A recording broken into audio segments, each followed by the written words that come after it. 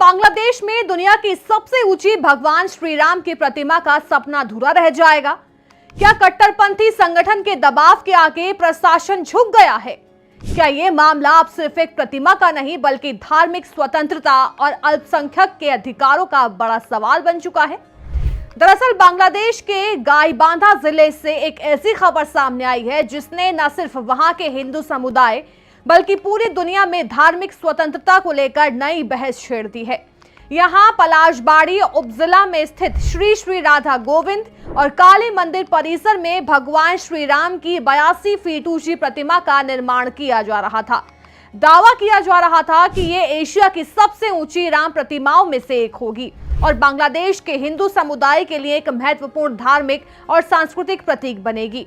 लेकिन अब इस महत्वाकांक्षी परियोजना पर अचानक रोक लगा दी गई है। मंदिर समिति का कहना है कि ये फैसला सांप्रदायिक सौहार्द बनाए रखने और किसी भी प्रकार के तनाव से बचने के लिए अस्थायी रूप से लिया गया।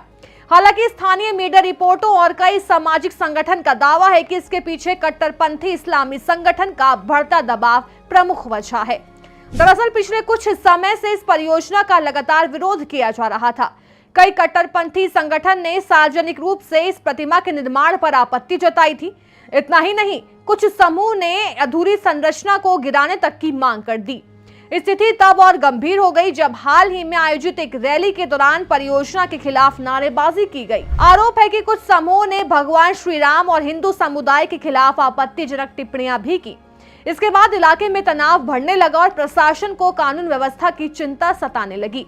इस पूरे विवाद के केंद्र में इमाम उलमा परिषद और उससे जुड़े कुछ अन्य संगठन हैं। इन संगठन ने मांग की है कि राम प्रतिमा परियोजना को पूरी तरह रद्द किया जाए, साथ ही भविष्य में ऐसी किसी भी धार्मिक परियोजना को अनुमति ना दी जाए। इसके अलावा विरोध करने वाले संगठन ने परियोजना की फंडिंग पर भी सवाल उठाए हैं। उन्होंने मांग की है कि खुफिया एजेंसियां जांच करें कि निर्माण कार्य में कहीं विदेशी फंडिंग का इस्तेमाल तो नहीं हुआ है। कुछ संगठन ने परियोजना से जुड़े लोगों के बैंक खातों और संपत्तियों की जांच की मांग उठाई। हालांकि अब तक सार्वजनिक रूप से ऐसा कोई ठोस सबूत सामने नहीं आया है जिससे इन आरोपों की पुष्टि हो सके। आपको बता दें कि निर्माण कार्य 2025 की शुरुआत में निजी फंडिंग के जरिए शुरू किया गया था।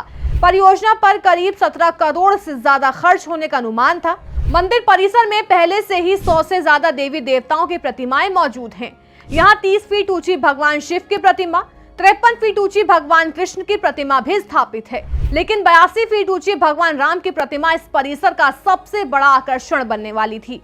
इस मामले ने तब और अधिक ध्यान खींचा जब निर्वासित बांग्लादेशी लेखिका और मानवाधिकार कार्यकर्ता तस्लीमा नसरीन ने इस विवाद पर खुलकर प्रतिक्रिया दी।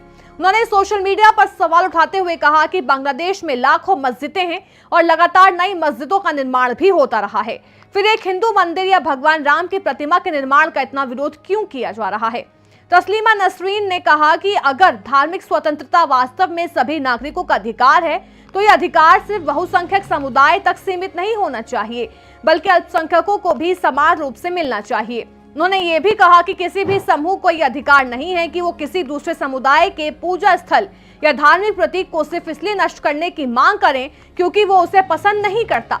वहीं बांग्लादेशी पत्रकार और संपादक सलाहुद्दीन शुएब चौधरी ने भी इस पूरे मामले पर चिंता जताई है।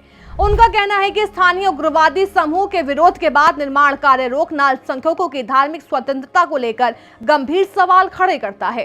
गौर करने वाली बात यह है कि ये कोई पहला मामला नहीं है। पिछले 2 सालों में हिंदू आस्था से जुड़े कई प्रोजेक्ट विरोध का सामना कर चुके हैं। 2025 में ढाका में एक दुर्गा मंदिर परियोजना को रोक दिया गया था। वहीं 2024 में उत्तरा इलाके में दुर्गा पूजा की प्रतिमा स्थापना को लेकर विवाद हुआ और आयोजन स्थल बदलना पड़ा था। इसी वजह से अब ये मामला केवल एक प्रतिमा तक सीमित नहीं रह गया है।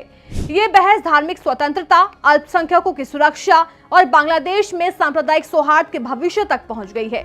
अब सबसे बड़ा सवाल यही है कि क्या 82 फीट ऊंची भगवान राम की प्रतिमा का निर्माण दोबारा शुरू होगा?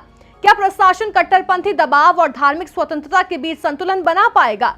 क्या बांग्लादेश में अल्पसंख्यक समुदाय खुद को पहले से ज्यादा सुरक्षित महसूस कर पाएगा? इन सवालों के जवाब आने वाले दिनों में बांग्लादेश की राजनीति और सामाजिक माहौल की दिशा तय कर सकते हैं।